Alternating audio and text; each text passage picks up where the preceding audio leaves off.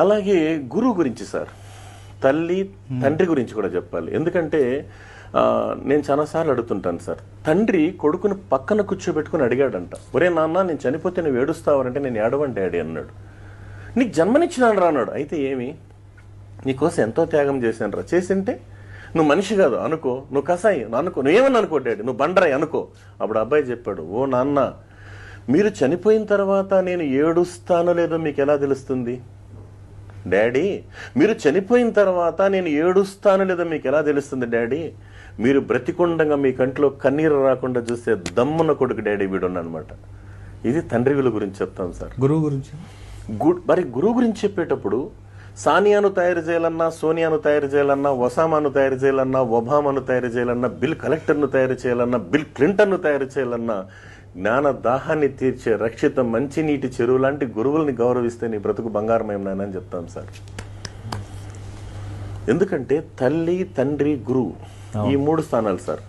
ఎందుకంటే మీకు తెలియదు కదా సార్, మనం ప్రస్తుతం అందరికీ తెలిసిన విషయాలే.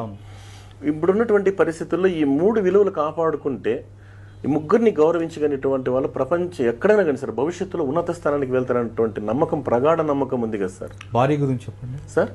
భార్య అనే ఒక్క బంధము లేకున్నా, భార్య అన్న ఒక్క బంధము లేకున్నా పుల్లి ఆకు ఓలి పురుషుడెగురు, దారి తప్పని దైవము భార్యరా మహిత వినయశీల మల్లెమాల. ఎంఎస్ రెడ్డి గారు రాశారు సార్ ఇది.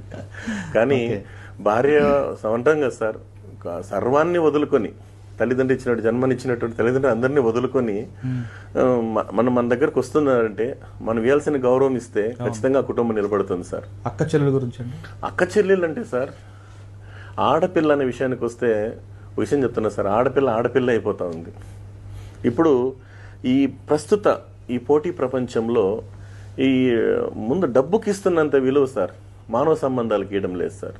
అమ్మ గురించి చెప్పేటప్పుడు పేగు బంధం సార్, ఇది ఎప్పుడో సాక్షి దినపత్రికలో వచ్చింది సార్, రచయిత పేరు మర్చిపోయిన క్షమించాలి. ఆ పేగు బంధం అనే కవితని మనం కూడా హృదయంతో వినాలి. అది మామూలుగా బిడ్డ మీద ప్రేమతో తల్లి ఇలా అంటుందంట సార్. పేగు బంధం కవిత పేరు. ఒరే నాన్న, నీవు మొదటిసారి గర్భాన కదిలినప్పుడు పరమానందం కలిగింది నన్ను అమ్మను చేస్తున్నావని. నీవు ఊపిరాడనీయకుండా కదులుతూ హడావుడి చేస్తుంటే ఉత్సాహం కనిపించింది హుషారైన వాడివని. నన్ను చీల్చుకుని ఈ లోకంలోకి వచ్చాక మమకారం పొంగింది నా ప్రతిరూపానివని. నా రక్తాన్ని పాలుగా తాగుతూ ఉంటే బోలెడంత ఆశ కలిగింది అందరికంటే బలవంతుడివి కావాలని. చిన్నప్పుడు తప్పటడుగులు వేస్తూ ఇల్లంతా తిరుగుతూ ఉంటే తట్టుకోలేనంత ఆనందం కలిగింది నీ కాళ్ళ మీద నువ్వు నిలబడగలవని. ఆ అడుగుల్లోనే కాస్త దూరమైతే ఆశీర్వదించాలనిపించింది నువ్వు గొప్పవాడివి కావాలని.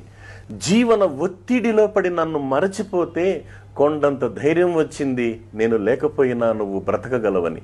ప్రాణం పోయేటప్పుడు కంటతడి పెట్టనందుకు తృప్తిగా ఉంది నీకు తట్టుకునే శక్తి ఉందని. ఇప్పుడే బాధగా ఉంది అందరూ నేను చనిపోయానని ఏడుస్తూ ఉంటే నన్ను కాల్చేటప్పుడు నీ చెయ్యి కాలుతుందేమని. అది సార్ తల్లి ప్రేమ అంటే.